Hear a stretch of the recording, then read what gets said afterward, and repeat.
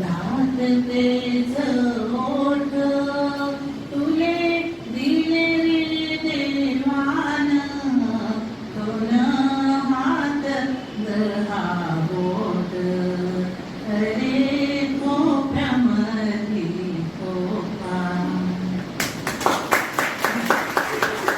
इतका सुंदर विषय आणि ते साधे सोपं आहे आणि गहन सुंदर असा आशय आणि शिकवलं किती कष्टाचा संस्कार बहिणाबाईंनी आपल्याला दिलेला आहे. ज्याच्या हाताने घडते त्याने देव भेटे असं बहिणाबाई म्हणत. कारण कर्मावरच श्रद्धा होती हो त्यांची, अंधश्रद्धा कुठेच नव्हती. तुटे मंगय सुतया पुरे गयाची शपथ. केवढं मोठं काय त्या बहिणाबाई म्हणजे एक चमत्कार आहे, एक चमत्कार आहे. पती निधनानंतर झाड गेलं निंगीसनी मागे सावली उरली. बापरे, ही कल्पना कुठे पोहोचते मला नाही वाटत की मराठी. महाजनची लेक चौधरीची सून, महाजनची लेक चौधरीची सून, बहिणाई तू बावन कशी सोन, बहिणाई तू बावन कशी सोन, होती तू निरक्षर तरी सांगे विश्वाचं तत्वज्ञान. कधी येई ओठावरी सासरचं रडगाण, कधी येई ओठावरी सासरचं रडगाणं, मन दाटून येई तेव्हा काही माहेरचं गुणगान. मांडली तू संसाराची व्यथा, मांडली तू संसाराची व्यथा, होई जीवाचं दुखणं, जात्यावर गळताना मांडलं मनाचं गाणं. निंदणी करता करता झाली शेताची सोबती, निंदणी करता करता अशा प्रकारे चिरंतन स्वरूपात रूपांतर झालेलं आहे. आणि यानंतर अनेक वर्ष ते अनेक जण वाचतील आणि ऐकतील. मायातांनी ज्या कवितेचा उल्लेख केला ती कविता सुगरणीच्या खोप्याच्या संबंधातली कविता.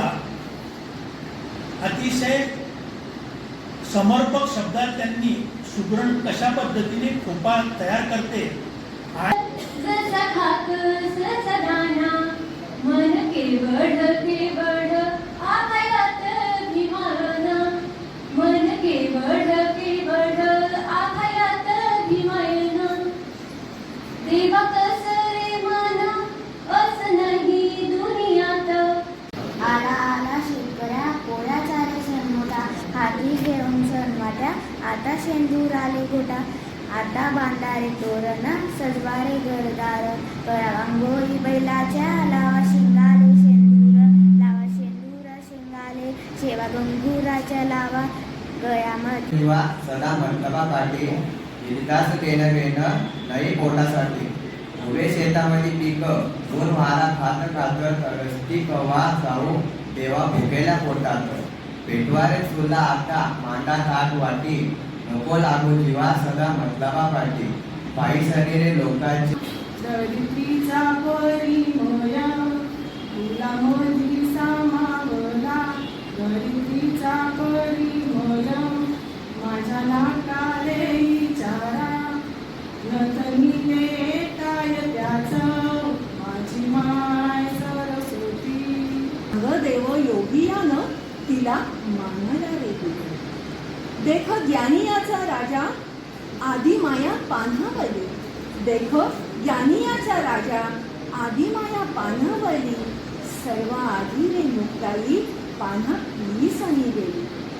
अरे अरे निजडी खोप्यात जसा दुररात मंगला, तिच्या पिलांमध्ये जीव जीव झाडाला टांगला.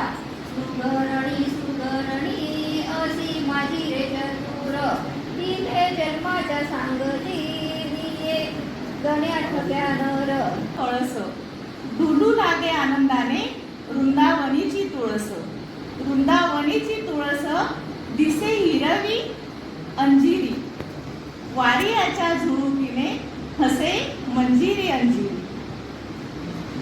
हसे मंजिरी अंजिरी. प्राजक्ताच्या पावलाशी संसाराचं गोपीचं सांगणारं चालतं बोलतं विद्यापीठ, चालतं बोलतं विद्यापीठ. बहिणाबाईंची प्रसिद्ध अशी कविता आहे धरित्रीले दंडवत. दोनच कवी म्हणतोय आणि थांबतोय. काया काया शेतामध्ये घाम जिरव जिरव, काया काया शेतामध्ये घाम जिरव जिरव, तेव्हा उगल उगल काया मधून हिरव. येता पिकाले बहार